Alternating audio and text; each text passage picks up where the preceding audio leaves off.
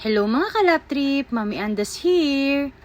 So for today's video po ay pagtutulungan namin ni Daddy Gilbert na balatan, hiwain at gawin yung mga pinya po na nabili namin para po sa order ng Papa Bolo Brewery Company. Para po gawing Laptree Fresh Fruit Pineapple Juice at para naman po magawa nilang Pinya Niña Craft Beer.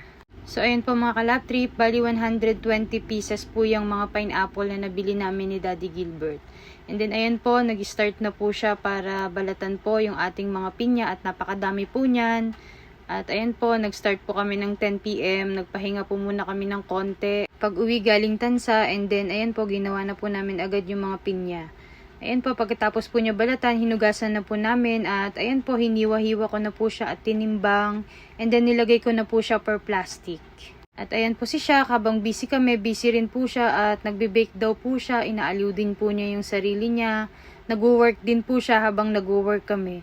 Ayan po, ganyan-ganyan lang naman po yan si Shaq dahil nga po busy kami ni Daddy Gilbert, kinikip niya rin pong busy yung sarili niya. So, ayan, pinapakialaman niya po yung mga gamit, naghahalo-halo siya dyan, nagluluto daw siya and nagbe-bake. At habang makalat po, dahil nga po napakadami pong balat ng pinya, nagkakalat din po siya. Ayan po, ginagaya niya lang po lahat ng ginagawa po namin.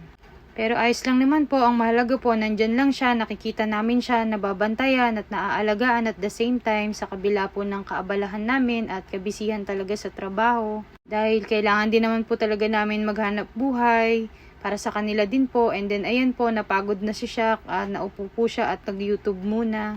At ayan po mga kalap trip, napakadami ko na pong nahiwang pinya at nai-plastic ko na rin po, ayan po, at naitimbang ko na rin po yan lahat. At kaya po, hinakot ko na po sa freezer para mai-freezer po agad, para hindi po mapanis yung mga fruits natin. Kasi po, madali pong mapanis yan once na hindi po na-freezer ka agad. So, kailangan po mai-freezer agad habang hinihiwa ko naman po yung iba kasi napakarami nga po. And then, ayan po si Shaq, tumayo na naman at nilalaro naman po yung daddy niya, kung ano-ano pong ginagawa. At ayan po, pati sarili niya, nilalaro niya at nagpa-picture pa nga po. Tuwang-tuwa siya sa ginagawa niya. At ayan po, nag-e-enjoy na po siya sa ganyan. Hinahayaan lang din po namin siya mag-explore, magkalat, o kung ano po yung gusto niyang gawin para mag-enjoy lang po siya. Ma-enjoy niya lang yung mga kabataan niya, yung ginagawa niya. At alam po namin na kahit paano is good memories po sa kanya yung mga ganyan. And then yan po, unti-unti ko na pong nilagay sa loob ng freezer yung mga nahiwa kong pinya, na itimbang at na-plastic para po hindi po siya agad mapanis. Bukas po kasi namin gagawing Laptree Fresh Fruit Pineapple Juice po yan, kaya kailangan po i-secure po namin yung quality niya, kaya nilagay po namin agad sa freezer. And then ayan nga po si Shaq, nagpakarga na po, nag-aya na sa loob ng bahay para magpakarga. Mukhang antok na po at pagod na rin po siya maglaro.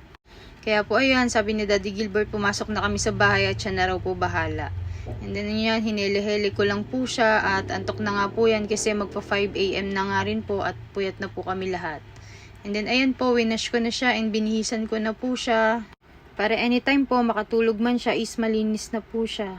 Hindi rin po kasi talaga natutulog yan ng mag-isa, kailangan po talaga katabi ako. Kaya ayun po, nauna na po akong tumabi sa kanya at si Daddy Gilbert na iwan pa po sa prod, nagtatrabaho pa. Siya na raw po bahala.